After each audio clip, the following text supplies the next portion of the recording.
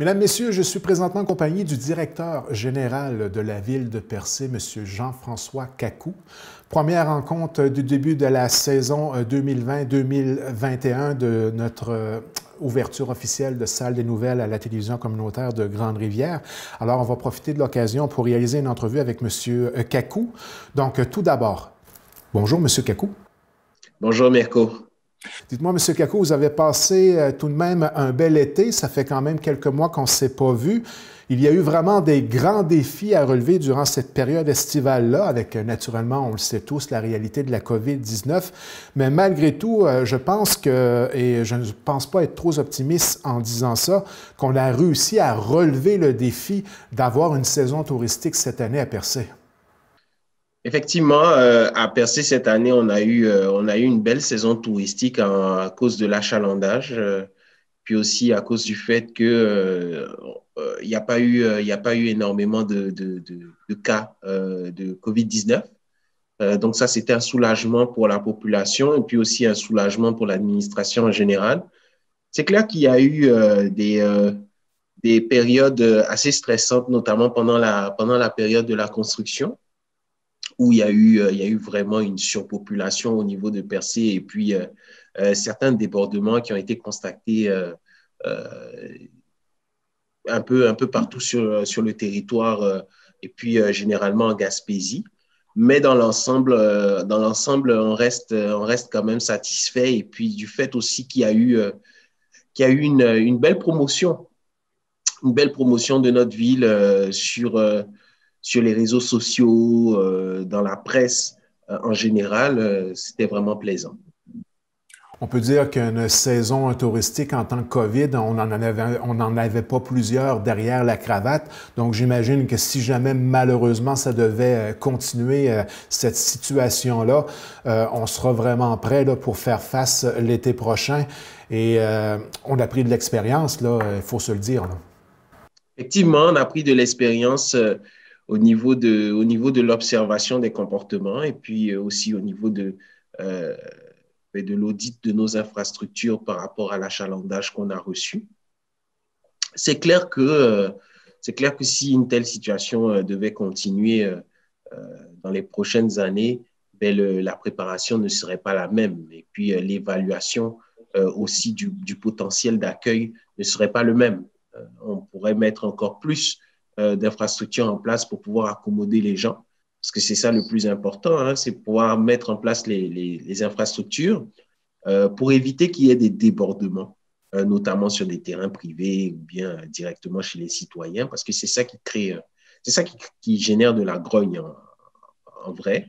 Puis il y a aussi le non-respect le non-respect des infrastructures, des plages et puis des endroits fragiles. Donc, évidemment, la ville est toujours en mode réflexion et puis euh, advenant une situation identique l'année prochaine, mais on sera prêt. On le constate très bien et c'est, on peut le dire vraiment officiel que nous sommes actuellement dans la deuxième vague sans faire un dossier profond sur ce qu'on doit faire en temps de deuxième vague et en temps de COVID-19. Peut-être le message, je pense qu'il est clair, de continuer à être extrêmement vigilant. Le message ne change pas. Il faut continuer à être extrêmement vigilant. C'est très difficile parce que on a comme l'impression que les gens se sont acclimatés à la situation actuelle et puis euh, ils vivent leur vie sans tenir compte du virus. Là, c'est de vivre notre vie en tenant compte du virus, en sachant que le virus est toujours présent, il rôde parmi nous et puis il faut être prudent. Il faut porter son masque, il faut se tenir à 2 mètres, il faut se laver les mains régulièrement lorsqu'on rentre et on sort de la maison. C'est clair que ce ne sont pas toujours des réflexes qu'on a parce que ce n'était pas notre quotidien, mais il faut être capable de pouvoir le mettre dans nos gestes quotidiens et puis dans notre philosophie de chaque jour. Nous allons maintenant discuter de dossiers très importants pour la ville de Percé au niveau de son développement économique et son développement aussi social. Et un projet que j'étais très heureux d'avoir des nouvelles en discutant en préparation d'entrevue avec vous aujourd'hui. L'école d'agriculture, c'est un projet, oui, qui est sur le point de se concrétiser à la ville de Percé. Effectivement, il faut savoir que la ville est en train d'incuber un projet qui est très important et très structurant, notamment pour la région et puis aussi pour la MRC, qui est l'école d'agriculture innovante de Val d'Espoir. Vous le savez, on a demandé une étude de faisabilité qui est en train d'être terminée et puis qui va être disponible dans les jours qui viennent. Et il faut savoir que c'est cette infrastructure qui veut être mise en place par la municipalité, c'est un projet d'occupation du territoire, premièrement. Deuxièmement, c'est un projet de soutien au développement économique et puis de renforcement aussi de la résilience économique de notre région parce que l'objectif, c'est d'avoir des circuits courts en alimentation et puis de pouvoir avoir des productions locales, notamment de produits agricoles qui pourraient subvenir aux besoins des citoyens aux alentours, mais aussi offrir de la formation, donc de la formation en innovation, de la formation en excellence d'entrepreneuriat agricole, venir aussi soutenir nos agriculteurs locaux, puis diversifier notre économie locale en apportant une nouvelle branche économique dans notre offre territoriale.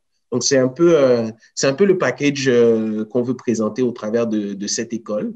Et on le sait, que c'est un projet qui sera bien accueilli par la population parce qu'on a déjà eu une belle réception là, des habitants là, de Val d'Espoir qui se sont même engagés à soutenir le projet.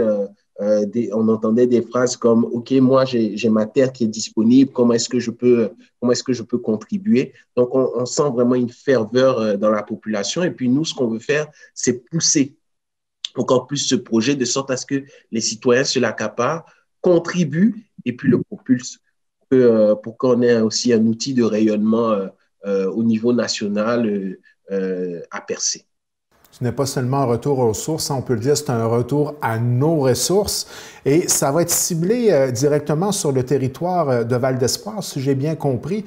Il y a déjà eu à l'époque une école de l'agriculture à cet endroit-là. C'est vraiment un superbe, de beau projet là, qui va se concrétiser. Est-ce qu'on va réellement avoir des étudiants qui vont venir étudier dans le secteur de Val d'Espoir? Oui, l'objectif, c'est d'attirer des étudiants qui viendraient étudier. C'est aussi de former des locaux qui seraient sur place, qui pourraient avoir de la formation professionnelle. C'est clair que au début, c'est de commencer par de la formation professionnelle et puis, qui plus est, pousser pour pouvoir éventuellement, au travers de partenariats qu'on pourrait avoir, forcément l'accréditer à un moment donné, de sorte à ce qu'elle soit reconnue, mais éventuellement, c'est de démarrer avec des formations professionnelles là, concrètes. Une fois qu'on finit la formation, on peut démarrer, que ce soit une petite production ou bien même développer une production agricole qu'on a déjà ou l'optimiser. Autre projet très intéressant sur lequel on travaille à la ville de Percé, l'espace congrès, directement dans les alentours du centre-ville de Percé, si j'ai bien compris le projet. Oui, ce deuxième projet se situe un peu plus au centre-ville. Comme vous pouvez le voir dans la planification stratégique, on a prévu des projets structurants pour toutes les zones de Percé parce qu'on croit à l'équité territoriale. C'est une philosophie que le conseil municipal veut renforcer et puis faire comprendre que Percé, c'est le grand Percé, c'est de Saint-Georges à Cap-d'Espoir et y a personne qui est oublié. Donc, toujours la municipalité veut avoir des projets qui vont venir à chaque fois impulser des nouvelles initiatives dans la zone où les projets vont se faire, mais en même temps soutenir l'économie locale. Et puis, c'est un peu la stratégie derrière l'espace culturel et des congrès. L'objectif, c'est d'envoyer une offre complémentaire à notre parc hôtelier et puis aussi aux activités qui sont faites par les acteurs économiques locaux. Ça peut être des activités en plein air, des activités de découverte du territoire, des activités de pratique de saines habitudes de vie. Et l'espace culturel des congrès s'inscrit dans cette dans cette lignée parce que l'offre événementielle qu'on veut apporter, c'est un peu le style de congrès évasion. Donc, c'est de pouvoir présenter aux congressistes la possibilité de faire des activités en plein air, des activités de découverte du territoire, des activités de tourisme d'agrément après leur congrès professionnel, après leur événement professionnel. Donc, c'est un peu quelque chose d'inouï et puis d'innovant dans ce domaine parce que c'est de pouvoir matcher de façon intelligente qu'est-ce qui fait déjà notre force au niveau du tourisme d'agrément avec une branche du tourisme d'affaires. Parce que quand on va à un congrès, vous pouvez le voir, quand on va à un congrès, par exemple, dans la ville de Québec, bon, on aimerait quand même aller manger un petit morceau dans le vieux Québec. Mais c'est d'avoir cette stratégie pour dire, venez en Gaspésie, venez profiter d'un espace professionnel pour votre événement sur mesure et qui va permettre aussi à vos congressistes d'avoir des nouvelles compétences professionnelles, mais en même temps, profiter de cette occasion pour découvrir le territoire que nous avons, qui est magnifique, profiter de cette occasion pour participer aux activités locales et puis découvrir aussi la beauté et le charme de notre paysage. Quel superbe de beau potentiel à mettre de l'avant et tout. On a toujours derrière la tête aussi d'aller vers une opération sur 12 mois à l'année, de permettre ces congrès-là en période hivernale. Le potentiel est là. On ne parle pas juste de projet de période estivale. On veut vraiment, et ça a été souligné dans le plan stratégique d'ailleurs, on veut vraiment développer, comment je pourrais dire, de l'activité. C'est développer une économie de 4 saisons. Ce projet, la troisième question à laquelle le projet vient répondre, c'est qu'on veut élargir la saison estivale à Percé en rajoutant les mois de mars jusqu'à la fin octobre. Donc là, on va chercher un nouveau marché, on va chercher de nouvelles personnes et on crée automatiquement une demande pour l'offre qu'il y a directement sur place à Percé. On emmène une clientèle qui a déjà un bassin de production là, économique qui peut répondre à ces besoins-là d'évasion, de découverte touristique, etc. Donc, ce qu'on veut faire, c'est qu'avec cet espace des congrès, on allonge la saison et en même temps, en été, on offre une offre culturelle qui est pour les touristes qui viennent participer au tourisme d'agrément. Donc, offrir des espaces, des spectacles culturels avec des acteurs locaux qui font de la production événementielle, de la production culturelle pour toujours agrémenter l'offre qu'on a percée. En terminant pour cette première rencontre mensuelle, en ce qui concerne le parc qui est en train qui est mis de l'avant au niveau de la rivière des Émeraudes, notre fameux site, un site exceptionnel d'ailleurs, ça va toujours bien. Il y a quand même eu quelques défis à relever cet été dû au fait que malheureusement, étant donné la situation, on n'a pas été en mesure de pouvoir l'exploiter à son plein potentiel, mais c'est tout de même un projet d'envergure et qui était toujours important pour la ville de Percé de développer ce parc-là. Effectivement, au niveau de la municipalité, on travaille fort au niveau du parc municipal, là, de la création du parc municipal de la rivière aux Émeraudes. C'est clair que c'est un site qui présente d'énormes défis en matière d'accès, en matière de sécurisation des usagers. Donc, c'est les points sur lesquels on se penche en ce moment au niveau de la ville. On est en train de réfléchir à des avenues qu'on pourrait mettre en place à partir déjà de l'été prochain. Mais c'est clair qu'au niveau de l'été prochain, on sera prêt et à offrir une offre adéquate déjà à ceux qui aimeraient profiter des infrastructures naturelles qu'offre le parc, la chute et puis tous les agréments qu'on peut retrouver autour. Mais c'est un projet qui va se développer sur 3-4 ans. Il faut avoir ça à l'esprit parce qu'il y a quand même 8 hectares à valoriser. Et puis, il y a des concepts auxquels la municipalité a déjà commencé à réfléchir.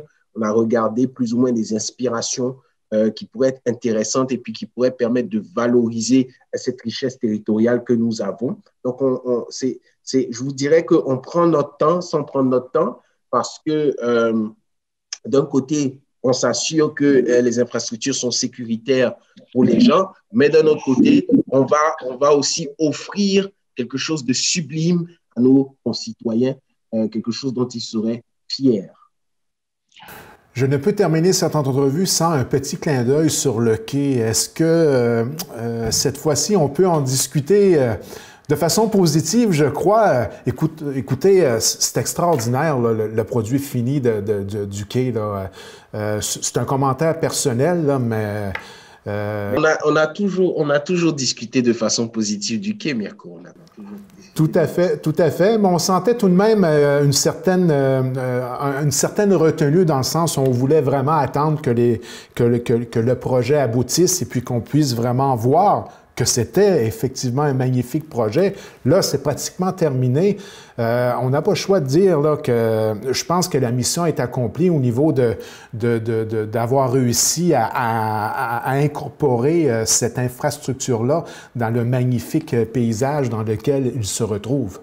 Oui, le quai que nous avons est une très belle infrastructure. C'est un quai promenade qui est très agréable parce que lorsque vous marchez là-dessus, ben, il y a du vent, vous entendez le bruit, le chant des oiseaux et tout ça, et puis les lampadaires, ben, toutes les infrastructures dont dispose aujourd'hui le quai. C'est un travail acharné entre le MPO, le MTQ et puis la municipalité qui ont chacun apporté leur part dans la réalisation de cette infrastructure, dont on est très fiers parce que ça représente quand même un bijou de plus de 6 millions de dollars.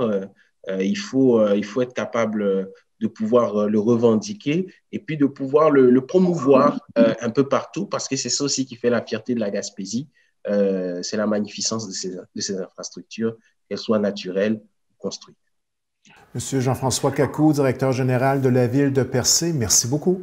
Merci beaucoup, Mirko. 1 700 $ en prix. Tous les dimanches, 12h30, jouez à votre super télébingo.